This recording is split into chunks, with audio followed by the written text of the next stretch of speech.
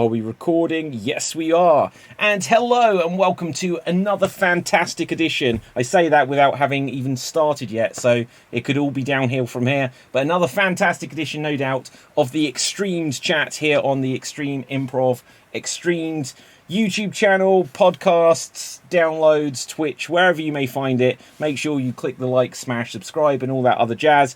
I'm super duper excited today because we have a very special guest. We have Ashley Edwards, who was the first ever Xstream Improv Xstreamed World Champion. Like something that can never be taken away. You have been the first. I mean, it's amazing. So I've got a new friend, and I was telling him about the Xstream Improv World Champion. I googled, I can't remember where to find the thing where he kind of said it. So I googled Xstream Improv World Champion 2020. Yeah. And you know those things if you type in Google who invented the microwave, their name comes up in big black and white letters. Yeah. That's what happens. No way. That's so exciting. I feel like I invented the microwave. Yeah. That is so cool.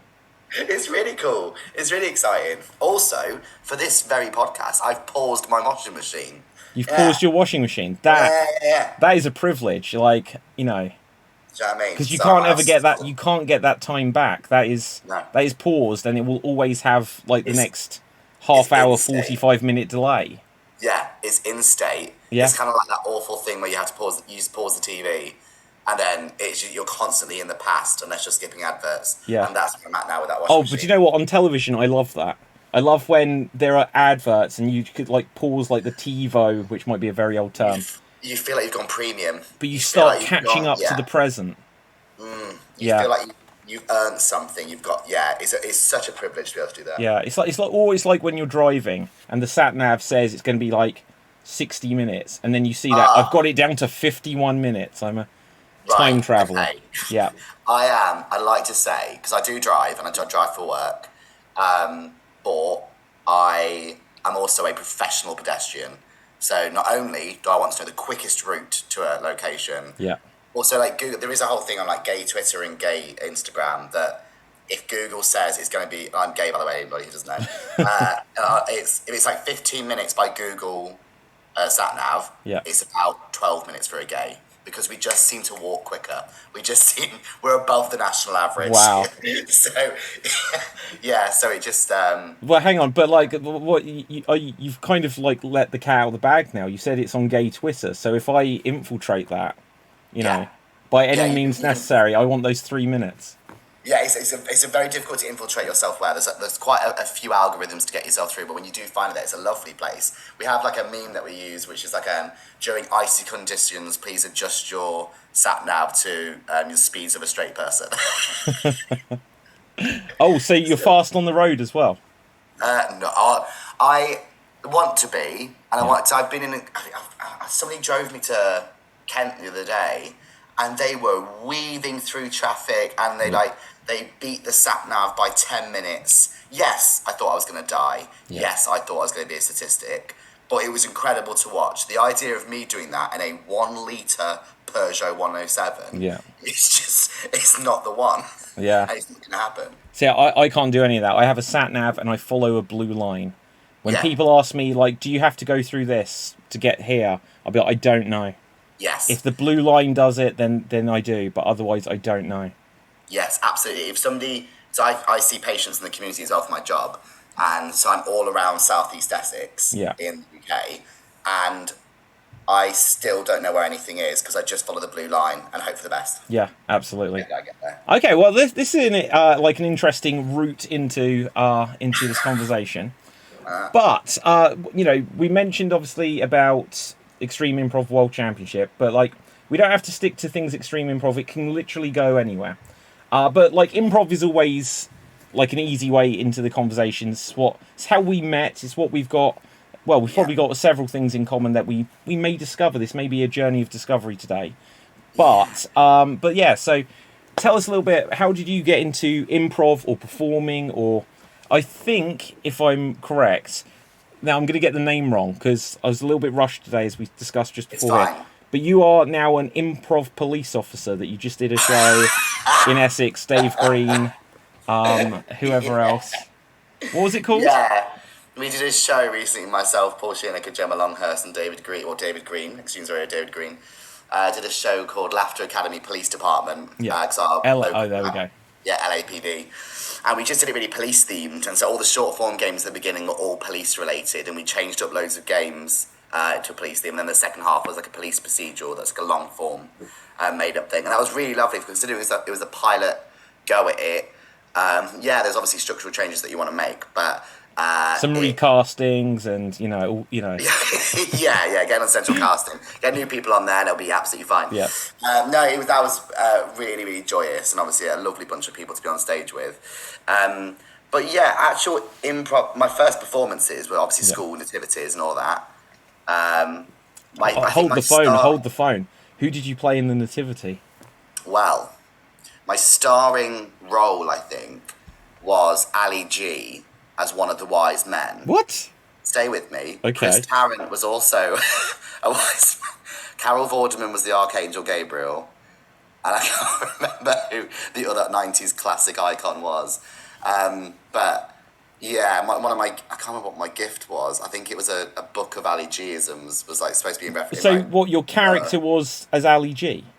Yeah, but obviously working class family, so my outfit was tights with electrical cable around the head of it, like a skull cap, and I had rubbish like clip-on sunglasses and like a Nottingham Forest Football Academy medal. That's amazing. It's a big necklace, and I think I must have sounded like, "Yo, Chris, I'm the man," is what I said to Chris Tarrant. Yeah. Not great, but actually, I've got to ask, how old were you when you did this? 26. 26, there we go. Well, here's the thing, so I've got a nativity store, a couple of nativities. The first thing I did was a nativity. I was a wise man, but it was like, we have brought presents for the baby. And you're tradition. doing rapping and... Yeah, you did Tradish, yeah. It all went, we kicked off in Newark, Nottinghamshire, at John Hunt Junior School. I was year 5, so I can't remember what year, I think you're about 10? Yeah. At 10 or something. Oh, we're at 10. Okay, I was like 6. I was like 5 or 6. So yeah, I probably... They did not trust me with dialogue. No, we did do a Tradish one. Like, we did do a Easter one where I was Jesus, and I had to wear a big old long tunic thing and sing a song. Yeah. Which I didn't mind. I was casting Bugsy Malone, didn't do it. I have got a video of me in Pinocchio as the pirate, and I'm the campest little pirate that's ever happened. Amazing. So then obviously it kind of all fell by the wayside. Then I went all the way through to university, undergrad, University of Birmingham. I made some friends, and they were a part of a group called Watch This Improv. I didn't really know, and somebody, how people say often to other people, "Oh, you'll be really good at improv." Yeah. I didn't really get it, and then I joined this group and I loved it. I think I loved it more for the people. Yeah. Because also, when you're the newbie in improv, there is that kind of hierarchical thing where you know who the great improvisers are, and it can be very hard to get in with them. Sure. But they did do a show that I really loved called the 48-hour improv show, which is where they didn't do a show for 48 hours. At Saturday morning at 8 a.m, you met in a room and you all had to learn the script of a famous film like Lion King. Yeah. And then you had to make the props, learn the dance routines, and you had to perform it Sunday night. Wow. Know anything, and whatever goes wrong, you improvise your way through it. And that was wonderful fun. And what film did you do? We did Lion King, we did Wizard of Oz. So Toy you Story. you did several that you were in? Did several, yeah. I was gender confused Barbie. Not my proudest role. Wait, in what film? Toy Story. Oh, of course, yeah. There you go. Makes sense. I was like, Lion King, Godfather. It's like, what am I missing here? You put Ali G into the nativity. It's just like, you're like, no, damn it. The Godfather needs gender confused Barbie. It should be on my IMDb that I've gone from Ali G to a gender. I was the butchest Barbie. Yeah. Full beard, unshaved legs and no tights, a little dress and a wig.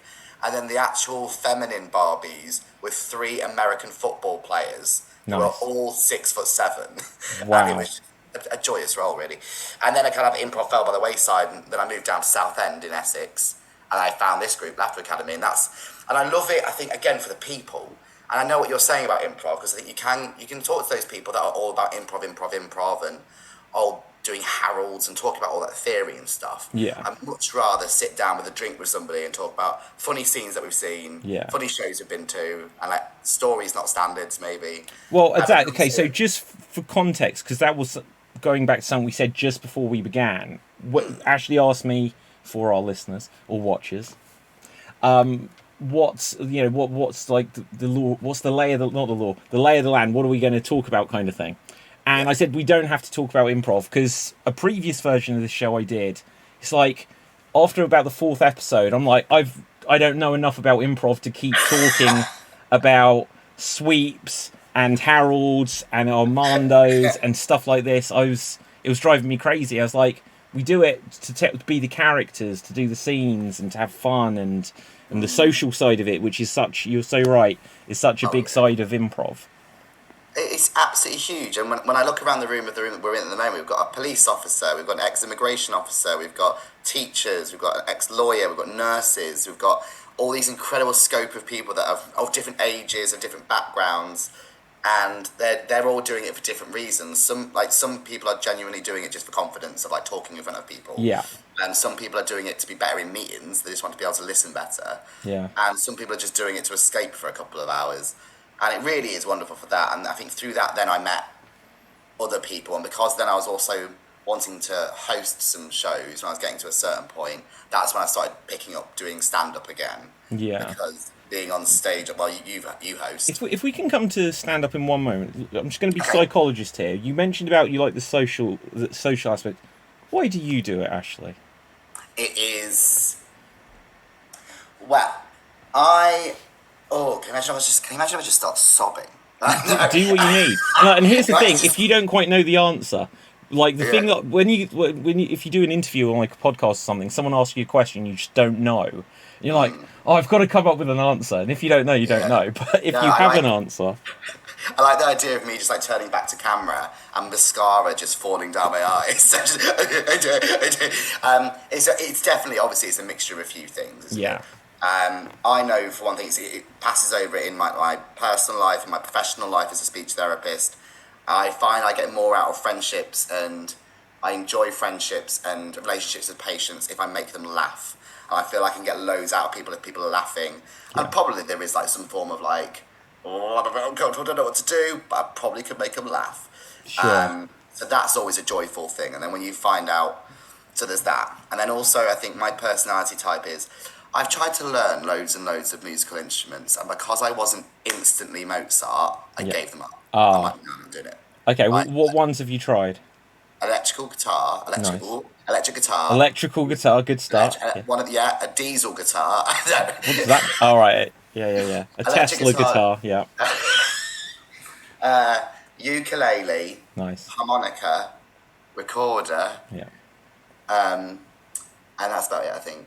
Oh, violin. I did violin until grade 2 or something. Wow. Okay. And I play on the violin. I got to the level of being able to play "Remember You're a Womble" and "Lucky" by Britney Spears. Wow. So that lets you know how long ago that was. Yeah.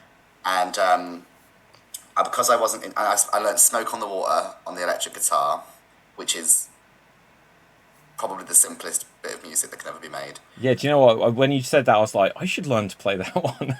Yeah, it's the beginning parts. If I can do it on my own in a garage, then I think anyone can do it. But the goal was, I'd heard a guitar riff in a Evanescence song that I really loved. Yeah. And it's the same as there was also a drum riff in a Kelly Clarkson song that I really loved. I was like, combine them. And I loved them, but I tried to learn how to do it, and because I wasn't instantly good, I'm like, well, no, that's not for me then. And I think it's also being a product of, when at secondary school you get picked as like a National Academy for Gifted and Talented Youth, or you get like... I was never picked for something like this, actually, so I don't sorry, know this. David. Yeah, this is where you have mascara falling down your eyes. Oh no. Yeah, so they picked out a few of us lot, and a few of us picked out for gifted in certain subjects. I was gifted in English, sort of thing. And so because of that, I found tests and exams quite easy. Yeah. And so because of that, I'm very, very lazy at learning new skills, because if I'm not instantly good at it, I give up, because it's obviously not for me. So okay. That's like sports. So I can connect to that, because I've tried a few different instruments. But the thing, when I was at drama school, I tried to learn the ukulele, and I was like playing a little bit of like the Johnny Cash cover of Hurt, and the experience I had was that I'd got it enough. I was like, right, and I went to sing, and I found that as soon as I went to sing, that everything went wrong with my fingers. And so then I really concentrated, and it was the strange, as you mentioned speech therapy, I literally found the words wouldn't come out, and it was sort of like, for like the 5 seconds until I stopped, like, I was like, what was that? It was scary. I was like, I'm doing it, and I just couldn't make anything else happen. It took, you know, like when you see something like on a computer which says how much of your CPU is being used, 100% was on the fingers. You had an antivirus running. You had a YouTube video going. You had music playing, and you're like, no, I can't do it. Yeah, That's word activation encoding theory, and it's a theory of speech production that a lot of stuff's required to produce speech. Yeah. But I think it's the same level if you're trying to get away with weeing in the sea while someone's trying to talk to you. Yeah. There's a lot of concentration required at that. Okay. I haven't tried that one, so yeah, that's the next challenge. Yeah, I like it though. I feel like I've had something towards a diagnosis of a problem, so this is great. It's really, really hard to do, and unless you do it concurrently and a lot, then it is really, really hard to do. And so, yeah, it is CPU usage. And those people that are innately gifted at it, it still requires a lot of work. I should imagine, yeah. So yeah, do not you worry yourself. I don't think you're diagnosable just yet. So I'm not instantly, but with improv I found it quite, not easy, because it isn't easy, but I found I could learn new skills in it easy. So when someone pointed out something I need to work on, I could get that goal pretty easy. Yeah. If I just, and also because obviously I enjoy it, it means I want to learn it. Whereas as soon as I couldn't play Bring Me to Life, I gave up. Sorry, as soon as you could, the song?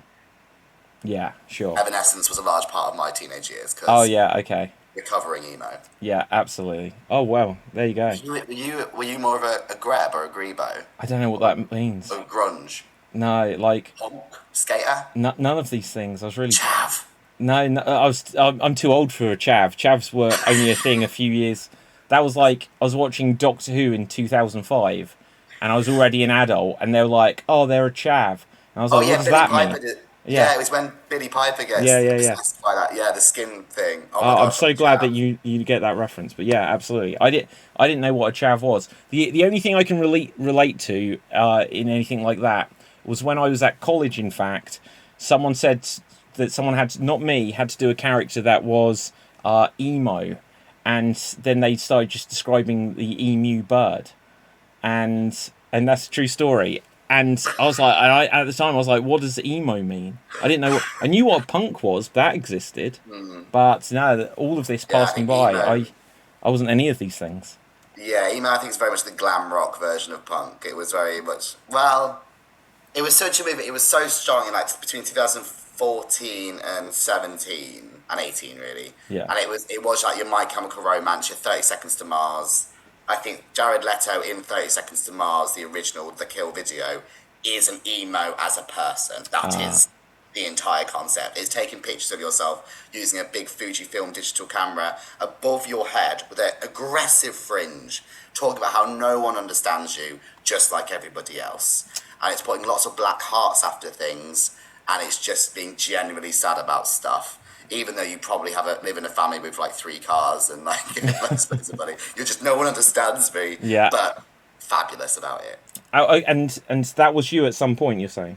Yeah, but again, like the Ali G thing, budget. So I was always behind, always behind the curve, always not quite getting it right. Definitely socially outcast. Okay, so something I kind of cut you off from earlier, and I might be cutting you off on something now, which we'll just keep doing. But do it, absolutely. This sounds like it's perfect fodder to go into stand-up comedy. Yeah. So tell us a bit more about you and stand-up. Do you do stand-up? I have done stand-up a smattering of times. It's not my comfort zone. It's something which I know that I need to continually work on to make it my comfort zone. Yeah. Yeah, it's a really, really hard thing. And it's very, very different to improv because you are on your own. No one's there to help you. If anything, there might be somebody in the audience that's going to make your life harder and not in a fun way. Yeah. My first time doing stand-up was at University of Birmingham in about 2009. The video's on YouTube. I don't really want to say the name of Don't.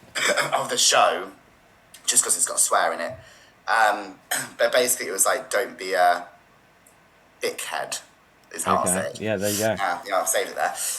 But yeah, it was about the audience weren't allowed to heckle, and it was 4 comedians' first times. Wow. And I'd decided, I think probably the week before, I'm going to do stand-up. And I didn't have a concept of how hard it is to do it. Yeah. But unfortunately for me, I think it is unfortunate, I had a good set. I did a 10-minute set for my first run, which is we shouldn't do. Yeah. I think because I'm camp, and I was coming out with jokes about being gay, that I wouldn't tell now. Sure. I got a load of audience applause, and it was great. But then what that then meant, I had a series of, I think I did one a couple of weeks later, and it was really, really bad. It was outside. I did another one later on, and just before I went on stage, I found out that the entire audience were in their 70s. I was like, oh, my material's not for them. And so then I kind of put it in the bin for a bit, and a few years later come South End and decided to actually write a new set.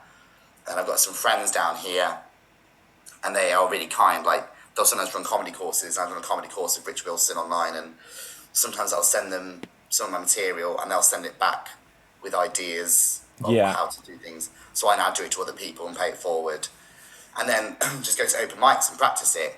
I really, really enjoy it though, and I've found that since I've done, and obviously doing improv is really helpful because when you forget your material or something doesn't land or whatever happens in the place, like I got heckled by a dog, you can improvise around it, and you don't feel so scared because I'm sure you've seen it where you've seen like a open mic night and a comedian's maybe they might even had a good laugh, but then it's thrown them, and then they're just a dithering mess. Whereas I find that stuff fun.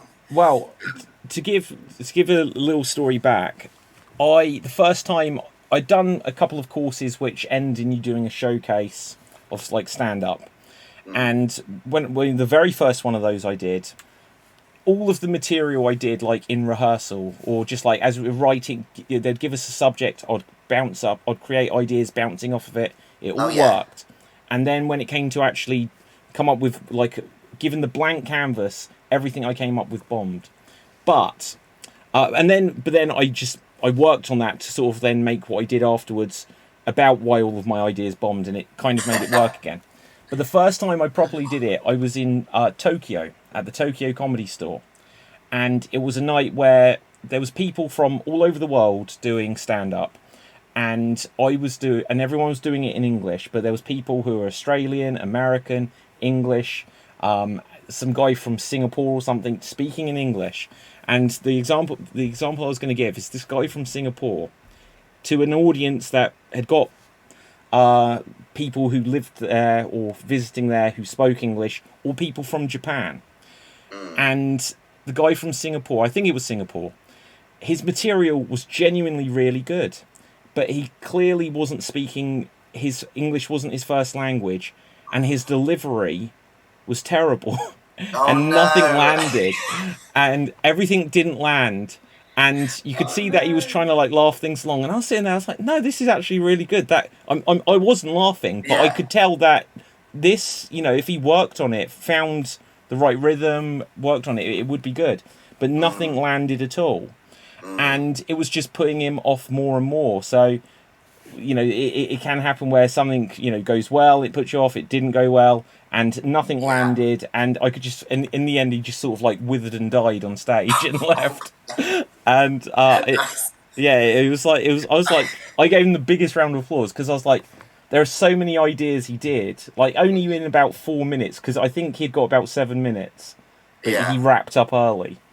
But I was like, so many of those ideas were like really funny, and it. Oh, it's such a shame because there's such potential that you just hope that he goes back. And also, the biggest advice I've ever been given about stand-up is record every single set that you do. And that was Yeah. given to me by John Oates from Ross McGrain. Record every set that you do, and I've got them all on my phone, and I can go back and literally listen to why certain jokes worked and some didn't. And I see so many comedians that don't record their set or really, really lack insight, who will be like, it's the audience. There's this really sticky audience. They're like, no, you made them that way. Yeah, yeah. And a lot of the game, isn't it, is working out. I'm sure you have to do all the time, thinking about what the audience want and thinking about how to not contradict your values and what you're trying to do, but also trying to welcome them in as much as possible. Yeah. And that's why my entire set now is completely self-derogatory to me, without it being uncomfortable for an audience thinking, oh my gosh, is this guy okay? Yeah, sure. But then at least I know if I'm only insulting me, then I'm not punching down. Yeah. And that's, for me, is my biggest bugbear in comedy. And I really, really, I know it's really hard, I think, for some comedians to think, well, you know, we've had 30 years of British comedy, which has been a lot of it's been punching down. Yeah.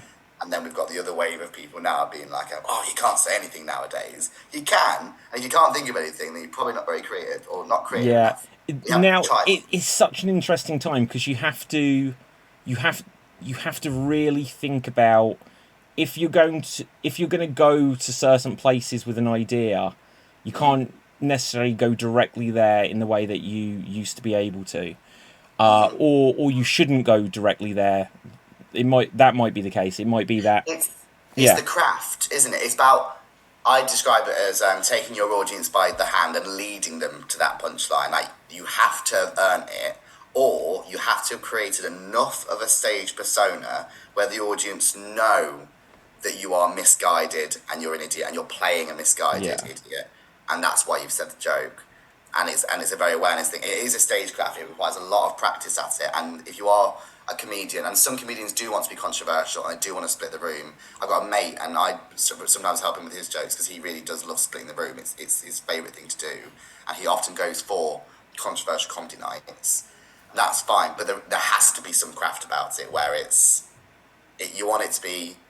Because with me, I just want to please as many audiences as I can. I don't want to be overly controversial, but I do want to be tongue-in-cheek.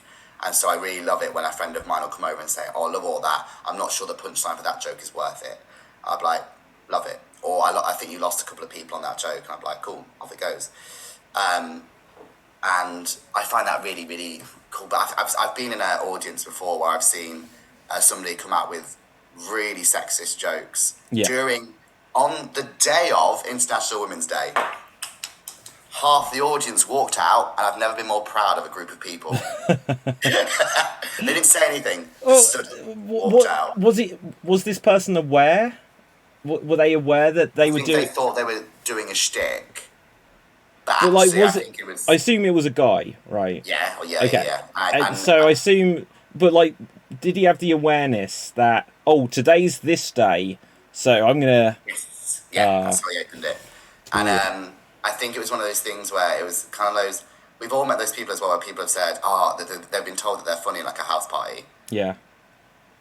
Do you know, I've got a really weird theory about some people like this, because I've met some people, or people have told me about people that they're so funny, they should do improv, or they're so funny, they should be a comedian, sort of thing.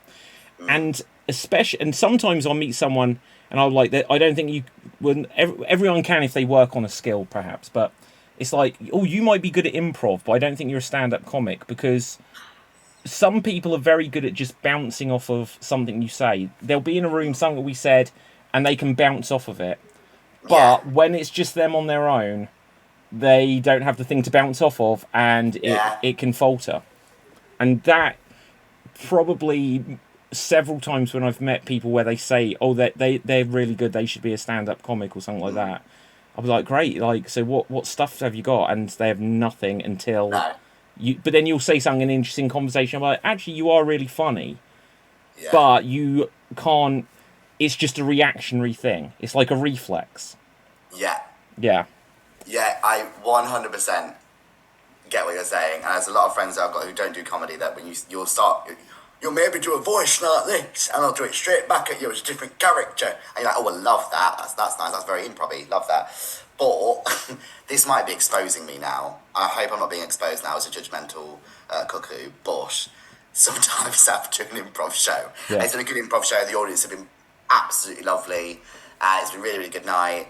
And then someone comes up to you and says, I reckon I'd be really good at this.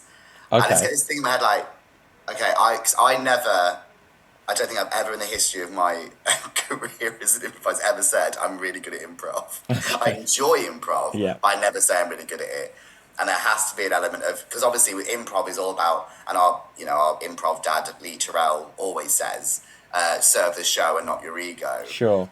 And so then also somebody says, I reckon I'll be a really good stand-up comedian. Instantly I'm like, oh, what you're warning me is that there might be a lack of insight heading my way and a lack of humility that will allow you to reflect on how you're doing. Yeah, no, totally. But okay, so here's the thing. So sometimes people will say, oh, they'll be really good. And then you can, but especially if someone says like, I can do this, like the thing that, again, it might be this slightly like arrogant side of me or something, where they'll just be like, I'll be like, I work really hard on this. It's not as easy as we make it look easy. And I'll have this side of me, which probably isn't always the most supportive, but I'll be like... No, I think you are right as well, because there is always that bit of kind of like when you're on the walk home from an improv show and you're either kind of like, I've actually really won that game, or I really ruined that game. I hope the show wasn't entirely terrible because of my choices. Why did I choose the word pelican? And it's those kind of bits. I don't think you can go wrong with the word pelican. Under what scenario would adding a pelican in just ruin it? Something amorous. I don't know. I'll be honest. It still sounds like it'll be fun to me. Still be good. It's such a funny word, funny concept. Now I've just got a pelican in my head wearing a top hat and a bow tie. There you go. The potential, it can go in so many directions. It just sounds like a really posh penguin. It does. No, yeah, but I think also that's why, I mean, obviously we're having this at the basis of discussion, but I think it's also like in your work life and in other walks of life that I've been in, people that I've met at pubs or in any situation, I'm sometimes looking at how I find self-awareness really interesting. Just as a concept in people, I find it really interesting. And that's not me saying everything I say is factually accurate, or those people on reality TV shows that say, I'm just being honest. Yeah. You're not, you're giving your opinion. Sure. I find it entertaining. And then also thinking about audience psychology, I also find entertaining. I find that really, really fascinating. I find that because the thing you kind of mentioned earlier was about perhaps not betraying yourself based on what the audience want or something, or however you phrased it. But like, if you can read the audience, it doesn't mean that suddenly, if you got like an immoral audience, it doesn't mean that you suddenly lose all your morals. But you could be like, right, this is who this is, and then what from my toolbox do I need to give this group to still make it a show or whatever. Yeah, so we have it where at the beginning of our shows that Lee and John do, they'll do like the 3 ask fors to get people ready, and it will be their name, just get the idea of it, and maybe something else of little worth, like a flavour of something or a favourite dinosaur, and the last one is more often than not your favourite swear word. Interesting. And that is a really interesting way of finding out how much the audience will tolerate. Yeah. Because on a boozy bar prov night where it's a Saturday night and full, you're going to get the worst British swear word that we've got. Yeah. Loudly and in a Cockney accent, which I also still find very funny. And you kind of know, all right, it's one of those kind of crowds. See, I like to ask, what's a crime you would like to commit?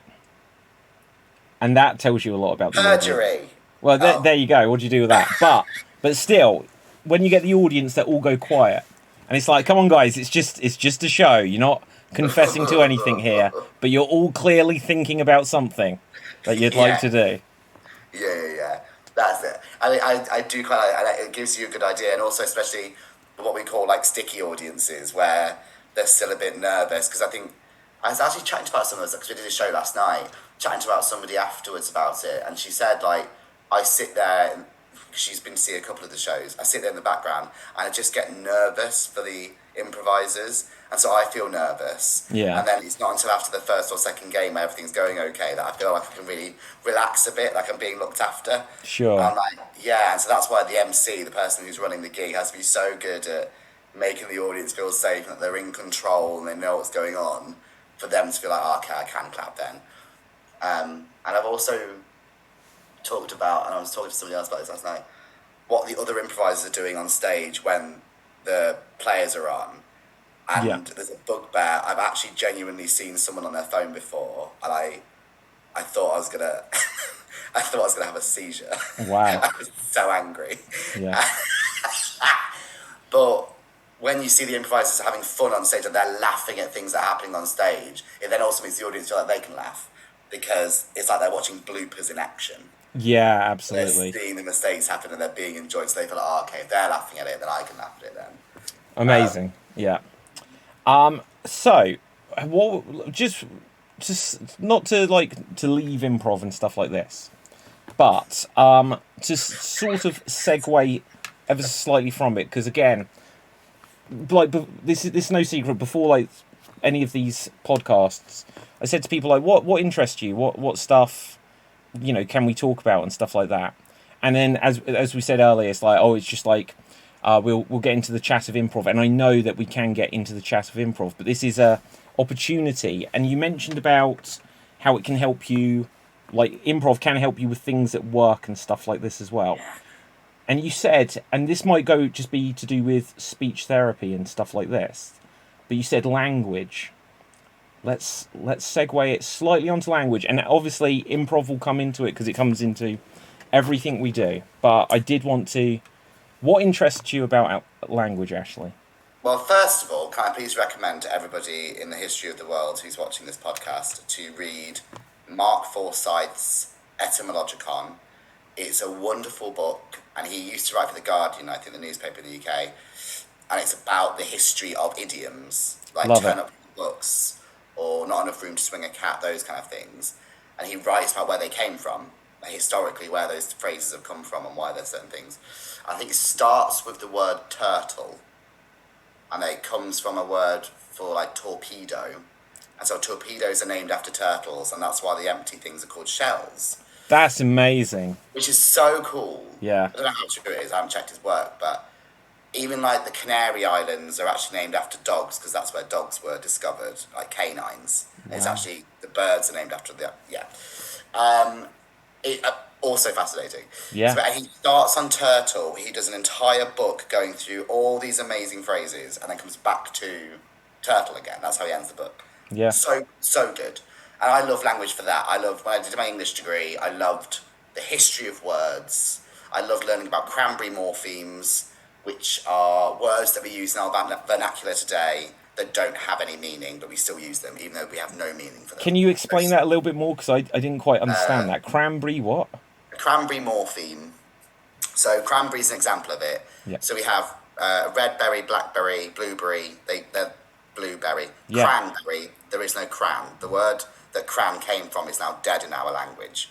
Some say it came from crane, but it wasn't. It was something else. So we don't use that cran anymore. That's amazing. It's the same as spick and span. Yeah. We don't use I think the old word for spick in the UK was a sharp point. Yeah. And we don't use that anymore. And so it's all those words that we still use. That are sort of grandfathered into our language, but we don't really. It's like the example, which is slightly off of language, is just that we still have the save icon being a floppy disk. Floppy disk. And it's something. Such a good example. Yeah. Yes. But so that's super fat. Cranberry. There's no cran. And it's a cranberry morpheme. And it's the same as semiotics, the idea of certain things and colours and pictures having meaning that so many people have now ascribed it to. So red and blue taps. No matter where you are, if it's red, it's hot, and blue is cold. And that's just now an international idea that those are the colours. And that's why we also struggle, I think, when crisp packets... Oh, is that why we say red hot? But also, that probably comes from metal making and glass making. Ah, yeah. Oh, absolutely. So red things do actually go red when they're hot. Yeah, probably that. Oh, okay. Oh, maybe that's why they then put it on the taps. That is probably... And penguins are blue, so that's why it's cold. So there we go. Yeah, exactly that. Yeah. And also it's Jack Nicholson at the end of The Shining. Sorry, spoilers. I know. That wouldn't have been a spoiler, except for now they know it's a spoiler. Sugar. Yeah. Yeah, well, we did myself. Okay, why do we say sugar then? I It's just a replacement for the swear. Same thing. But also, there's also meaning in sign language, like in British Sign Language. Love all this stuff. David, you've set me up. I'm like a spinning top. No, I'm loving this. I'm loving it. So the sign for sugar in British Sign Language is this. And it's because deaf people, when they used to work at sugar factories, used to hold a sugar cane on their shoulder, and they used to get dermatitis on their face. And so it just became, that was the sign for sugar. Same as biscuit being this tap on the elbow, was because on the ships, when they had like the water biscuits, to get any of the widgets or little bugs out of it, they used to bang them on their elbow, and that's why they became the sign for biscuit. And there's all these amazing signs that got this history of meaning. And so that's how I got into language. I'm interested in language, and obviously concurrently then learning speech therapy, you learn about how a stroke can make the brain go a bit funny. And sure. Most people's language centre is here in the Wernicke's area and the Broca's area. So you've got like my laptop's off down. So you've got your dictionary bit and also your talking bit. And if anything goes wrong there, then it can cause an issue. But what I did find fascinating is that your second or third language is stored somewhere else if you've learned another language in your life. So I had a bloke who had a stroke right on his language centre, and so he just spoke in Latin because it was easier. Oh my God. Okay, so actually, like, I've heard some of these stories over the years where maybe that you can debunk this. Where, yes, I think I know what you're going to say, and I'm really excited. Where, like, someone has a liver transplant or something, and suddenly they have a language that the person who donated the liver spoke Spanish or something. Absolutely not. Absolute bull. Not true. There's also my favourite story I saw. I watched a BBC Three documentary about it. A rugby player who had a stroke and turned out gay. I've got so many things to say about that one. Really made me laugh. A Stroke That Made Me Gay is such a good documentary about how any documentary can be made if you put enough money into it. So there was also this idea of foreign language syndrome and foreign speech syndrome. There is some weight in it that certain muscular or neurological disorders around the ocularis orbis and like the muscles around the mouth can like cause a sort of speech change that sounds like a different accent. Oh, I see, yeah. So it started there, but then we start to have these parables from history, people talking in, but suddenly people speaking languages that they've never been able to learn before. But then you find out that actually they have been around that language quite a lot. There is some chance they did know that language. And then also the fact that the people that identified that they were speaking a certain language didn't speak that language themselves, so they had no way of checking it. And a lot of these cases where somebody was suddenly able to speak fluent French, there's not any evidence that that's true, that I found anyway. So it's long been a bit, all right, it's a lovely story. Yeah, no, absolutely. My liver's never taught me to speak another language other than no pound, thank you, I want some more water. It's fascinating though, just like the idea that you say that that you store, like your brain is like storage in a going back to the CPU and stuff we were saying earlier. That like if like your main language is stored here and that something else is stored there. Yeah, the brain is phenomenal, and like could it not be possible that just like something else is like the thumb drive, like something else just like in someone maybe it's unique to that person, they've developed like thumb drive-itis. We've all got our own 3.5-inch floppy. Well, exactly. You need more data than a 3.5-inch floppy. You need a hard drive. It's got to be hard.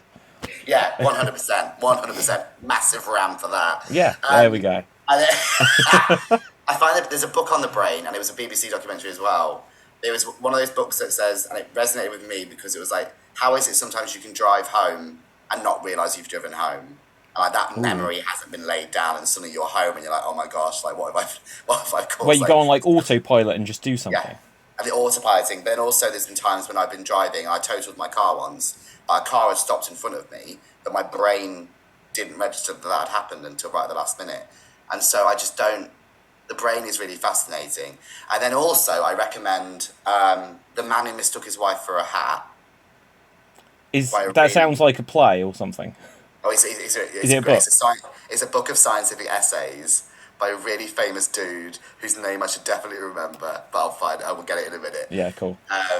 He wrote a book about about really interesting neurological disorders. And there was this bloke who had visual agnosia, which is a condition where So basically, we ascribe meanings in our head are all like pictures and objects and things. Yeah. And so when we look at, say,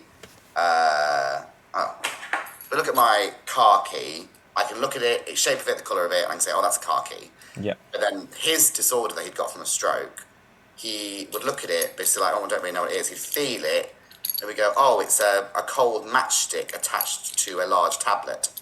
And he just couldn't, his eyes wouldn't register and give him the information he needed. And one day... But he could see? He could see objects, but he couldn't identify the objects. He couldn't name them, and he couldn't work out the use for them. And so one day, the doctor had told him that he didn't think there was a way that he could fix it. And the patient stormed out of the room and grabbed his wife's head and kept yanking at it because he thought it was his hat. Oh, my gosh. I think that the test that he did was he gave him a leather glove and he identified it as a 5-compartment purse. Wow. He thought it was. Okay, so this might be, like, the word you said just sort of like, what was the name of that condition? Visual agnosia. Okay, so I think it's a different thing, but you heard about this condition that Bruce Willis has, and that's a communication... You've heard this? Was it aphasia? Or aphasia, yes, that's the very, very common word finding. Okay, so do you know anything about that? Because I'm super... Sorry, was that yes or no? Yeah. Okay, what can you tell me? Because I'm genuinely interested. Now we're just getting on to Bruce Willis. We're doing more diagnosis, so... Yeah, I'm talking about Bruce Willis. Yeah, so we can do. Look, literally, actually, once again... If I'm putting you on the spot and you're like, then he had me talk about Bruce Willis and you know nothing, we can divert off, but... I've not read into it. Yeah. I think you have to remember that I did see a story that he'd got aphasia. Yeah. And I don't know what the cause of it is either. I haven't looked into that. The biggest cause of aphasia usually is stroke. Wow. It's a very, very common thing, especially if you've had a left-sided stroke, because that's usually where your language centre is. And aphasia just means problems with words. And it could be a receptive aphasia or dysphasia, where your understanding of words gets less. So you can understand cup, but you wouldn't understand put the red cup next to the blue dog. Sure. Like, that's too many words for you to be able to process. Or the other side of expressive aphasia, where you have difficulty finding the word, and sometimes we call it the tip of the tongue phenomenon, where you know what the word is, in your brain you can see that massive Egyptian statue made out of sand that's like half lion, half person next to the pyramids. Yeah. You just can't find the word sphinx. And oftentimes people will finish a sentence for them and they'll go, oh yeah, that's the word I wanted to get it, but I couldn't quite get it. And it's that. And sometimes it can be really clear where it's like 3 or 4 times a sentence, and sometimes it's one word out of a paragraph. Like, I mean, yeah, so I guess that's like on a spectrum or something, because I think everyone has experienced that happening, but if it's where it becomes the point that it happens so they can be diagnosed as that it's a recurring, ongoing thing. It's like being thrown into... I think somebody described it in a great aphasia book. They described it as, imagine being thrown into living in a France where no one spoke English at all. Wow. And you had to rely on your whatever, like GCSE French or whatever it is. Yeah, I mean... School French or any French that you knew, and then trying to communicate. Yeah, I was going to say, this is like the sad thing, because I've only read a couple of articles a few months ago about this Bruce Willis thing. But like, the thing that... And you can give your thoughts on this if you do or don't know the story. I'm doing it. I'm going to diagnose it. I'm going to do the whole thing. Well, yeah, but like... It seemed that it was known that there was something going on, or how long they knew, or if it was deteriorating. But he's made something like 30 films in the last 3 years, and sometimes they'd have him film, and he's going to be on it for 5 days, and just so they can put him on the poster. And then it was like they'd contact him the day before. You've got to do all of his scenes in half a day. And he'd have an earpiece on where they'd be feeding him the lines and stuff like this. I mean, the thing that it feels very sad, and I don't know enough about it. It almost feels like, were they trying to use his fame and stuff? Or was it from him that he said, like, look, let me do as much as I can to earn as much money for my family whilst I can? Or it just sounds like a very sad situation, but it clearly sounds like it reached the point where it was... They just had to say this is either too noticeable or he's too incapable to keep going on. I don't know. There must also be a bit as well of pride, where there's a bit of him wanting to maintain independence, because I think a lot of our patients want to be as independent as possible. And it's a huge breaking point when they think, actually, I can't do it anymore. And it's harrowing for them, it's harrowing for their family and people that love them. And it's really difficult transition. It's very rare that someone goes, well, that's me lot, I'm going to have to sack it in then. And it is really difficult, and I think I do find it interesting. I do find it's very rare, and I've got to say this now, incredibly rare for someone to be diagnosed with aphasia in isolation. Aphasia is usually a symptom of something, and it might be that they're just trying to not release what that something is. Sure, that's super fascinating in itself. Yeah, so I don't think I've ever had a patient that's ever just had aphasia. It's usually been caused by something else. So also I was quite interested as well. But what was that boxer that had Parkinson's? Well, Parkinson's. Boxer? I was at Muhammad Ali. Yeah. Now I find that interesting because they said that he had Parkinson's disease, and that's what they reported. But I don't think he did. From the articles that I read, he didn't. He had Parkinsonism, which is what you can get from repeated head injuries. Yeah. Well, there's the whole thing about like CTE. I don't even quite know what this is. I just hear about it with like American football players or wrestlers. Obviously, I like the wrestling a lot, where they have repeated concussions. Yeah, and then and the contra coups are really, because a contra coup is where you get a head injury that you have to you often test for it in car injuries, like where you've hit your head at the back or the front, because your brain is basically a coconut on a sty. When it just moves around a bit, and that's why we get hangovers, because if we're dehydrated, our brain moves a bit too. There's not enough fluid in there to let it be all floaty and lovely. Wow. But when we have anything like that, we have little tiny bone ridges on the inside of our craniums because we were made to fail. And so if you get an impact on one side or the other side, the brain goes boop, boop, and it goes and hits about it, and it hits on the other bit as well. So if you're headbutting a ball, you're not necessarily just hitting that bit, you're also potentially causing some damage at the back as well. And that's why I'm really happy that they've changed the rules in British football, where they're trying to reduce the headers. Yeah. And they're trying to look at headers, and they're trying to make sure if ever there is a head injury or anything like that footballer is immediately taken off for a neuro test to make sure that there's been no acute issue happen.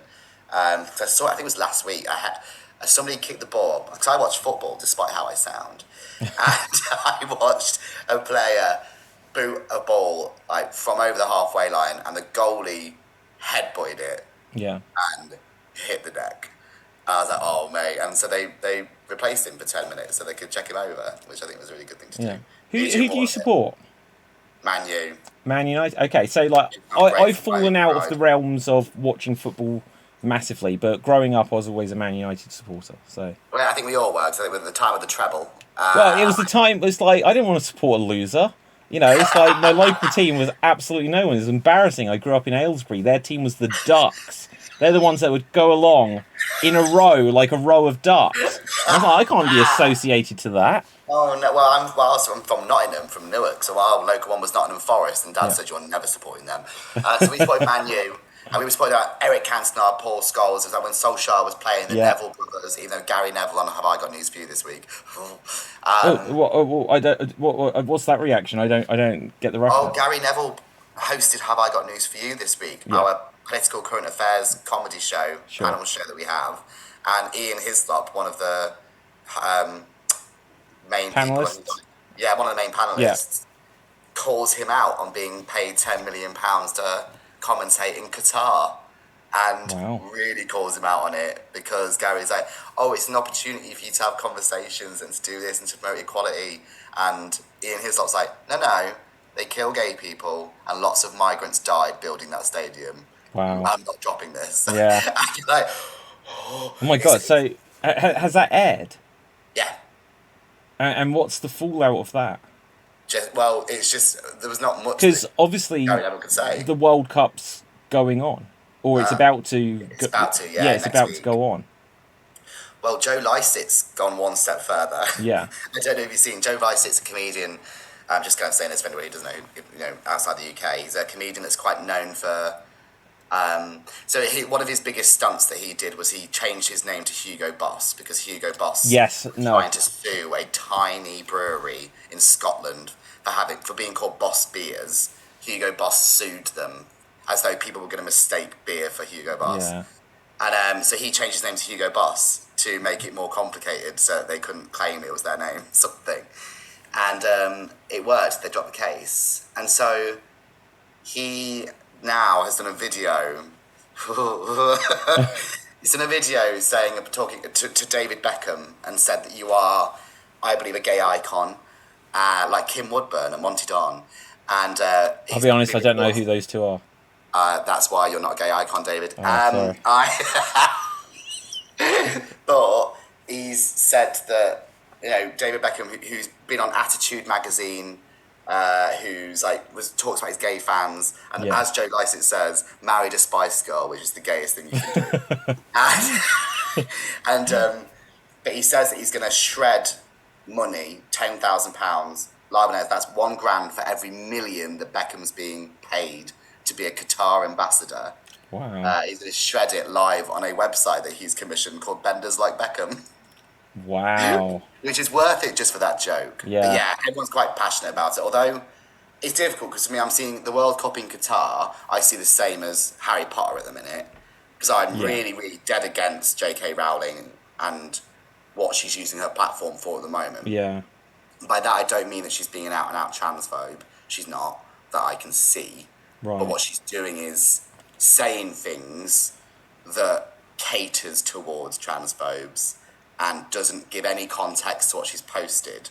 So that actually what it does is generate, and she's got millions of followers, so it just generates loads, and you look at the comments of what she's posted, it is a cesspit. On like Twitter or something? Or Twitter, yeah. All Twitter. And so that's what that bit, and then obviously, but I also love Harry Potter.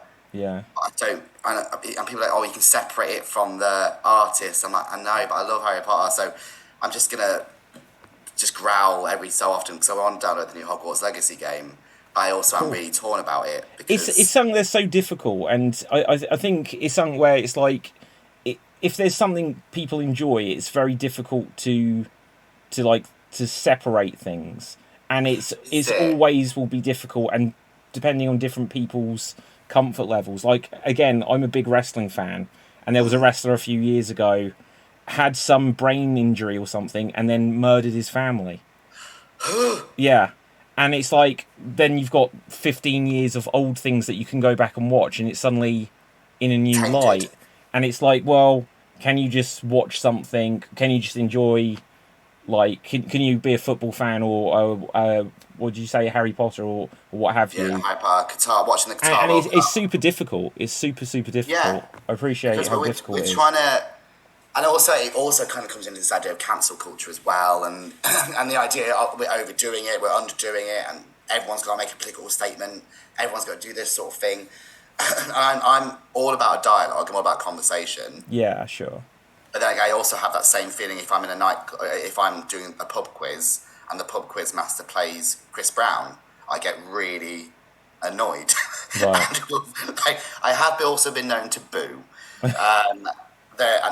He's played, who did he play? He played Kanye West, or Ye, or whatever he's called now. Is it pronounced Ye?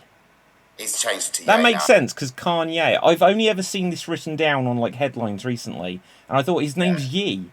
Well, it might be Ye. No, it makes sense, Kanye. Maybe I'm just saying it posh. No, I don't know. I literally don't know enough about these things. But no, so and also the things that he said is unforgivable, and I know obviously there's a massive connection to his mental health, but you can't take back what's been said or done. Sure. But there's loads of things. I've never watched American Beauty, and a load of people are like, oh, you've got to have seen American Beauty. American Beauty. And now I don't want to. Is that the Kevin Spacey thing? Yes. Okay, yeah. And I know, but actually a good podcast to listen to that's really helped me like ground myself with this. A podcast called, well, first of all, obviously Xstreamed Podcast of Xstreamed Chat, love that.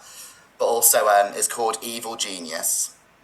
He's hosted by Russell Kane, and he always has 3 comedians on, and they talk about a really famous international figure who's not alive anymore. Yeah. So it might be an episode on Mother Teresa, an episode on Mahatma Gandhi, an episode on the lady who invented contraception, and I can't remember her name, but she invented female contraception.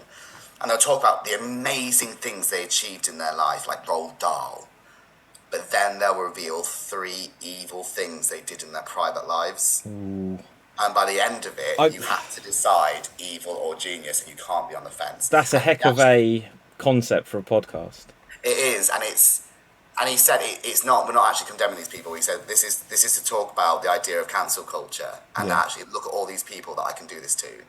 And the only reason he's doing it to these ones is because they're not alive anymore. The Addy Dazzler episode I found quite eye-opening. You learn a lot about these historical figures that you never would have known about, like Coco Chanel. Coco Chanel? Who's Coco Chanel?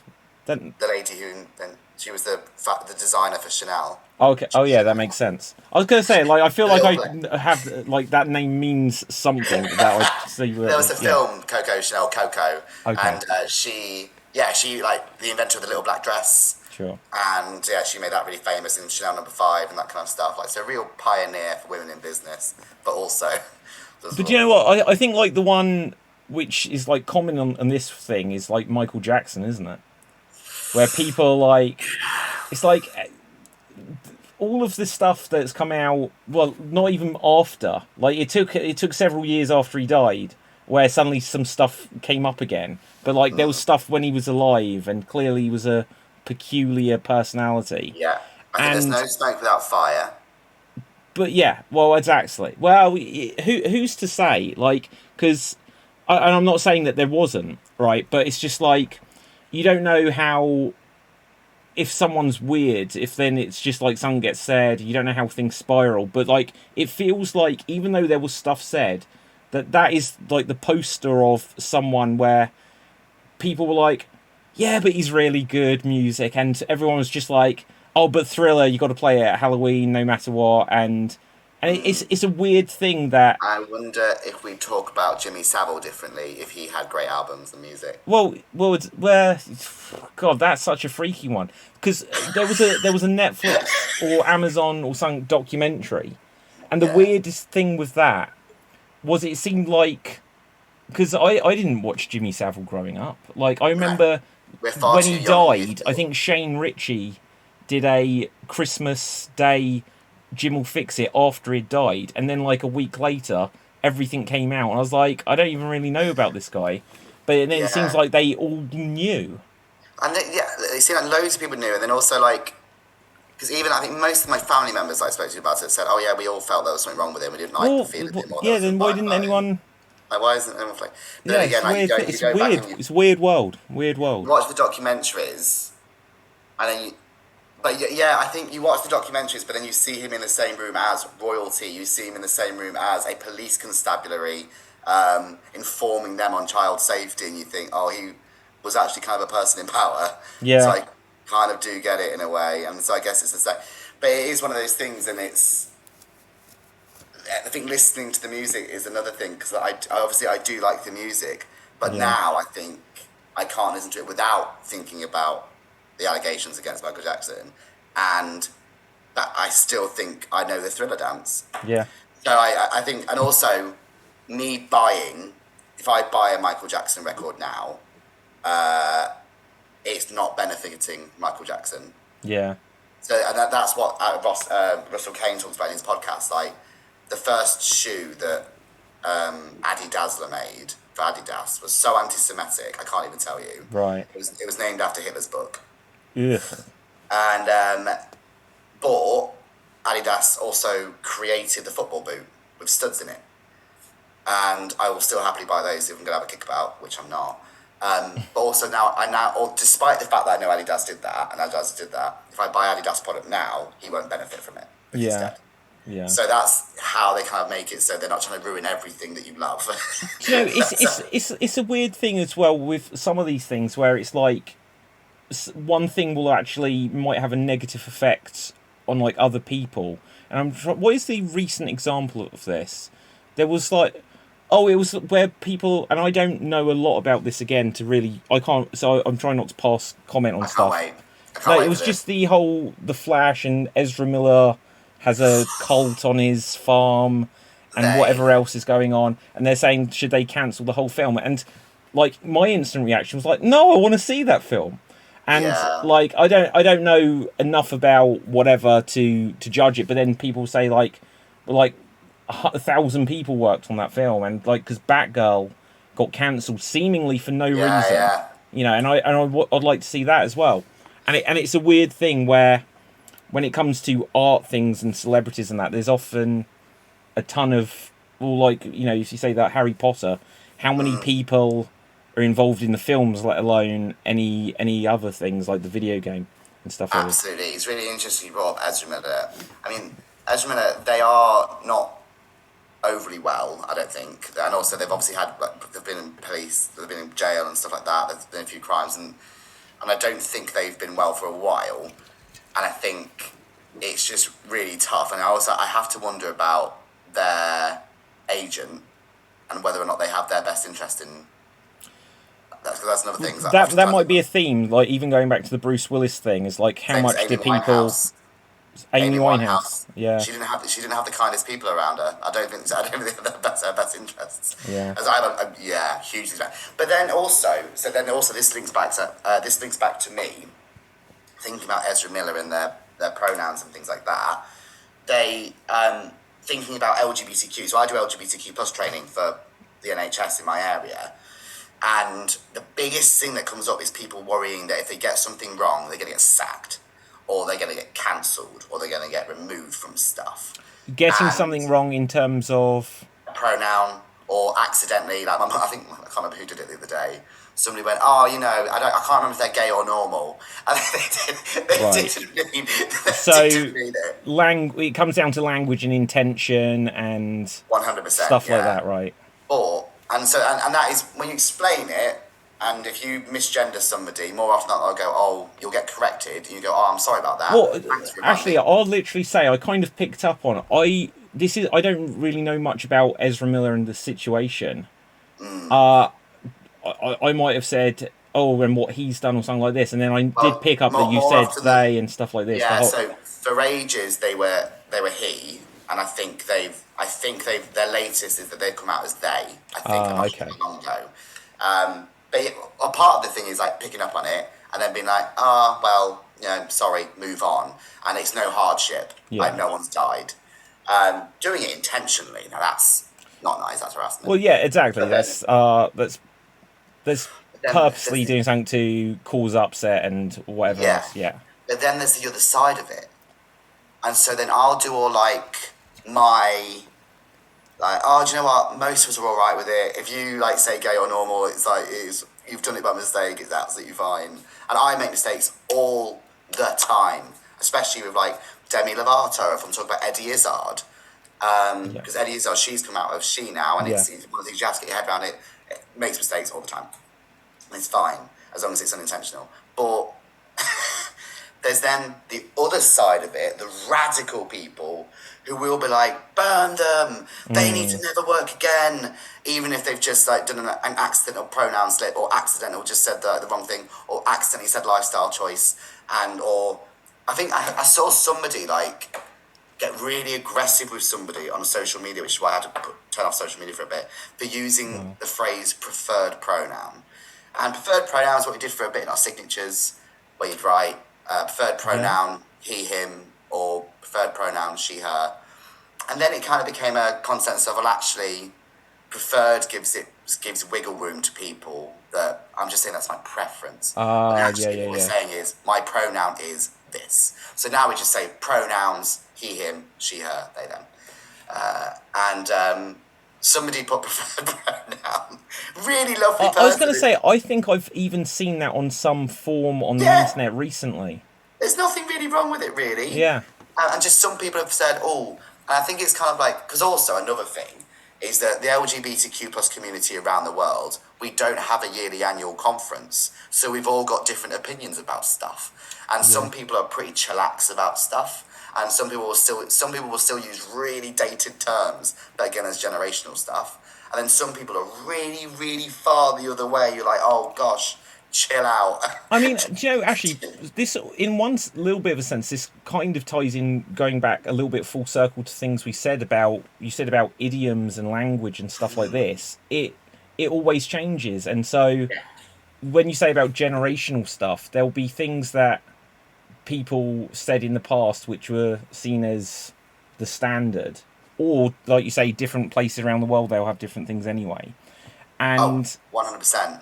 and at a certain point, something just becomes common usage.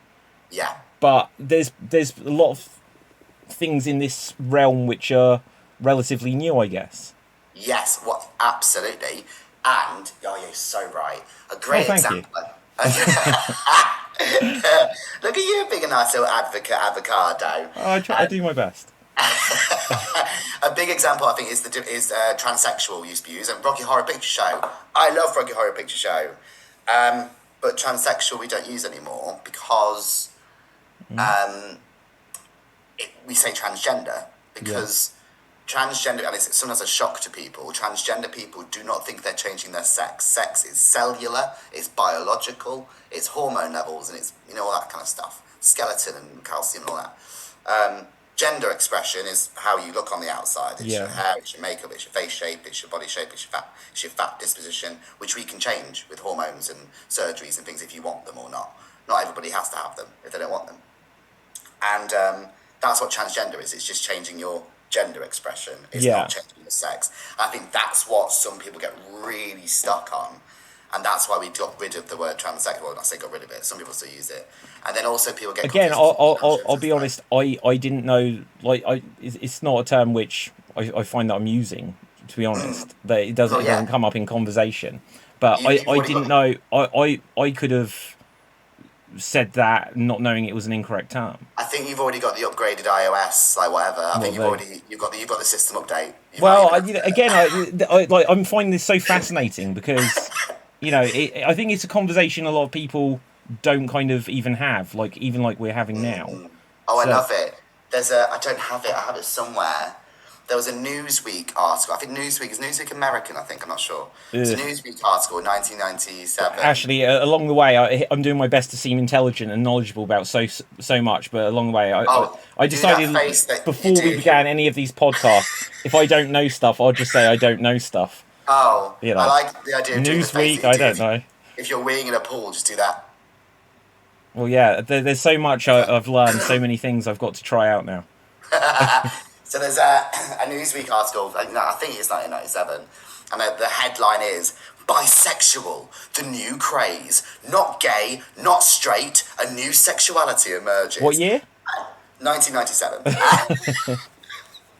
as though David Bowie never existed, as though all these bisexual people never existed, or bi people never existed. And there's listings of bi people from the 14th century. There's listings of non-binary people from Native America who had male, female, and two-spirit.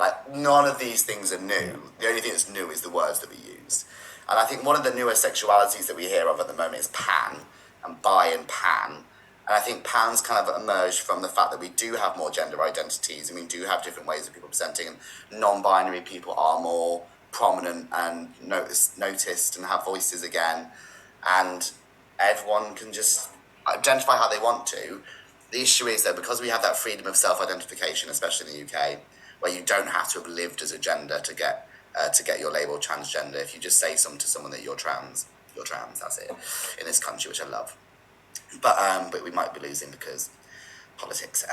But the fact that we have that freedom of doing it means that oftentimes it is right-wing press and the socials will then use that as a weapon, and they'll do articles like, boy identifies as a table, and there'll just be somebody on their hands and knees like that. Or boy identifies as being from the 1930s wearing a top hat. Right. And this is just gender politics gone mad. And no one in the transgender community wants to identify as a table or being from a different time era, but they're using that as a weapon. It almost feels like such a over-the-top example probably hurts an argument more than anything anyway. Because it just sounds kind of ridiculous, table or time travel or what have you. I think it's to reduce the credibility of that movement, is to do that. And also a lot of that whataboutism. So it happened loads with the whole gay marriage, which is just shocking how late this country got it, but still whatever. gay marriage and how, well, if men are allowed to marry and women are allowed to marry, then soon people will be marrying dogs. And when no one's asking to marry animals, well, maybe some odd people on some documentaries, but no one is. We're just trying to get that one done. Yeah. But that's what people do as an argument, which I still find quite fascinating, really.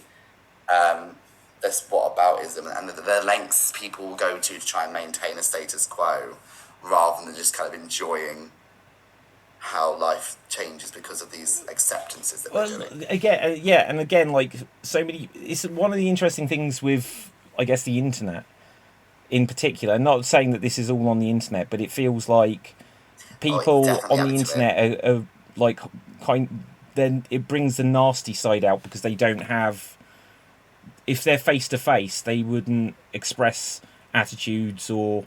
Yeah. It's a weird thing which so much I I hate all of bickering and that, sorry, that almost belittles it, but it starts with bickering and it can escalate and it becomes insanity in the end. 100%. You're so right. And it's like Bo Burnham's song "Welcome to the Internet" on Inside, when it's kind of a jovial look at actually the two sides of the internet, which is gentle, innocent, and cat photos, right? Cat photos. Photos. One of the things I like to follow on Twitter is like someone shares photos of capybaras, and I've got. I love capybaras. I love a capybara. Like, you know, I was given this. And quokkas, right? Cause quokkas. Quokkas are amazing. So there's also like a website that I went on. There's an app where you put in your salary and you set a timer when you go to the toilet. And you can work out how much you've earned going to the toilet that day.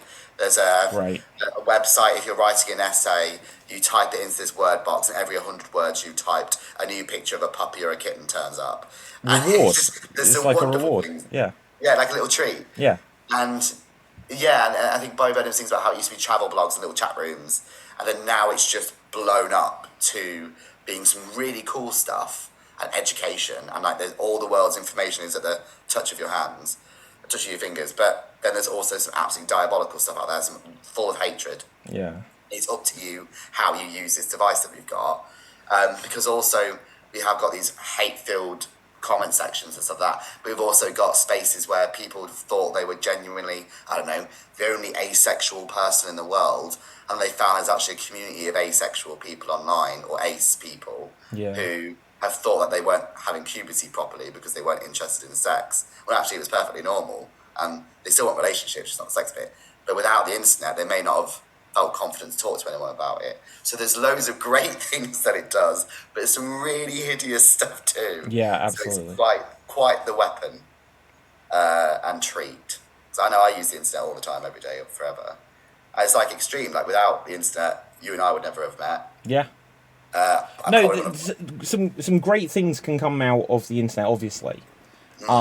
It's just that it allows bad stuff to come up as well, and it's about how individuals navigate, or not just individuals, how like companies, like I'm just mindful of the time, and this is so fascinating, right? But without like opening the can of worms, obviously there's the whole thing where Twitter's being bought and sold, and it's changing, and it feels like it's a bit of a weird time of things on there, to say the least.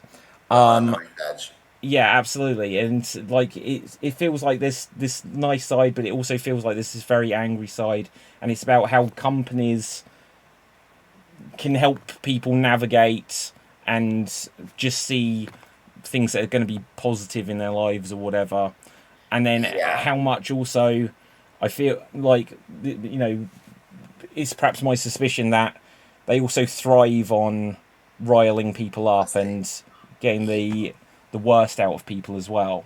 Yeah, no such bit as bad publicity. So a good example, I think, was when Weetabix put a picture of baked beans on Weetabix, and then suddenly all these different companies on Twitter piled in with "This is the worst thing I've ever seen," but with a pun on their own company. Oh right, yeah. Like Specsavers saying, "I'm going to take my glasses off. I don't want to see that again." Like those kind of just really. I think I have seen Police similar commented things. on it, saying, "Despite how bad this is, it's not technically a crime. Like it's just, but it should be." Like just really like their communications and Albert come apart was really really great. But then certain things like Burger King in Denmark did what they thought, I think, was a lovely like post for gay pride, and it was a really, really offensive. Well, not really, really offensive. It was quite an offensive thing to do for pride, and they were just tone deaf about it. And also, I think it was last week. It was a company in Germany did a advert saying it was a takeaway as well. Treat yourself this Kristallnacht, which was a really Is that a World War II kind of term about like some night where? Yeah, it was what was generally considered to be the beginning of the Holocaust in Germany. Absolutely. Businesses were the night destroyed of the broken glass. And a company used it for deals. And obviously they said, "Oh, it was an accident. We didn't mean to. It's our algorithms were off," and it caused all this controversy. Yeah. But then also, I don't want to be pessimistic about it. You do think about the airtime they've now got. The amount of airtime they've now got for this mistake that they did that was unintentional. Well, it was like, this might be a slightly lighter one, but do you remember the Yogi Bear? Do you remember the Yogi Bear movie a few years ago? And it had the poster of it, and it was like how they did Garfield or Scooby Doo, where it was like live action and then these CGI characters. But it had Yogi Bear and then Boo Boo, and the in front of each other, and the tagline was "Great things come in bears," and and the image and the combination of the words, it was like, how did no one proofread this? And you have to question, there's like, it's a kid's film, so that's totally inappropriate. But at the same time, it's like, I wouldn't be discussing Yogi Bear right now if they hadn't done this. So that is so good. Yeah, that is as enjoyable to me as slogan translation fails for big companies when they like say when Dyson, the Hoover company, goes over into Spanish, then gets translated back into Italian, then back into English, and it comes out as nothing sucks like a Dyson. But I think there's really weird ones like I think Coca-Cola in Japan came out as something like "It will make your mouth pregnant." Oh my god! And I think it was like "Taste the Joy" or something like that. But it's just how it got translated, and I find that really fascinating too. Wow. But yeah, that was a much more positive one, and now I want to look for that Yogi Bear poster. I'll send it to you. Ashley, I am mindful of the time, and I think if you'd like to, I'd love to do this again at some point soon or whatever. Like part 2. I feel like we've scratched the surface with all kinds of topics. We did go on a journey, which is exactly what I was hoping for. We discussed some improv and stuff, and we got onto idioms and language. We got onto some,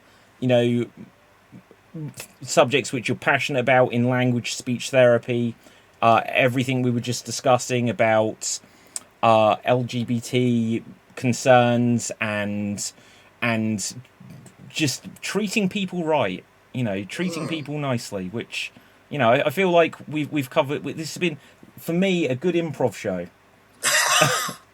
This is where like you should have an audience. Well, yeah, but it feels like it should have a bit of everything. You can have variety in it, and I feel like we've kind of achieved that. Yeah, it was quite cyclical as well. It kind of went from one thing, because we even talked about football for a bit. Where did that come from? Yeah, left field. Yeah, there we go. Left field. There you go. Pun on the football as well. Dribbled. Hey, sorry, I missed that. Earlier, what was the thing? Earlier, we got into a really good rhythm. 3.5-inch floppy in that, where we were just... Yeah, that was nice. Like, that was a nice little volley. Yeah, like when we've done shows, we'll sometimes... It feels like there's this unsaid thing, where it's just like we'll pick up on that we're just going to add like an extra pun and like keep adding to the little game that we've got going on there. I absolutely love a pun volley, and I think a lot of my real-life friendships as well as online friendships have started from somebody being effective and immediately on board with a pun volley. I think for me, it's just the sign of somebody who's wacky and it just enjoys the game for the game of it. Amazing. I find it, it's one of my favourite pastimes. Awesome. So, Ashley, we will let's wrap things up here. Let's quit whilst we're ahead, and then we can revisit. I'm going to What restart the washing machine. Have you got? Yeah, the washing machine. My goodness, it's been I'll longer restart it. because I said to you earlier, and this is why I'm mindful of time. I said like if it's 30 minutes, 45 minutes, it's probably been closer to an hour and a half. Yeah. So I really thank you for this. This has been it's been a lot of fun.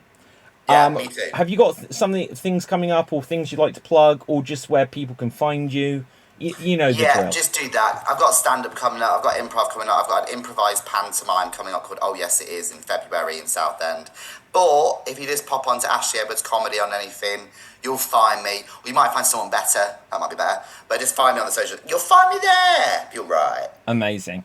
So, very quickly for me, this is Xstreamed Chat. And I think that's going to be the name of the show. So if I've said it now, but if I change it and then I change it, then I've acknowledged that I might change it. It's just because extremed is difficult to spell. Like it makes sense when you read it, but there you go. Anyway, so this has been Xstreamed Chat. Go to all of the YouTube channels for the different shows, Geek Battles and Slam Jams and Jet Lags and all this. And wherever you can listen to this as an audio podcast, smash the subscribe button and all that other kind of stuff. And until next time, stay safe, always stay extremed, and ciao for now. Boom. And we're off the air. Way. How was that for you? Amazing.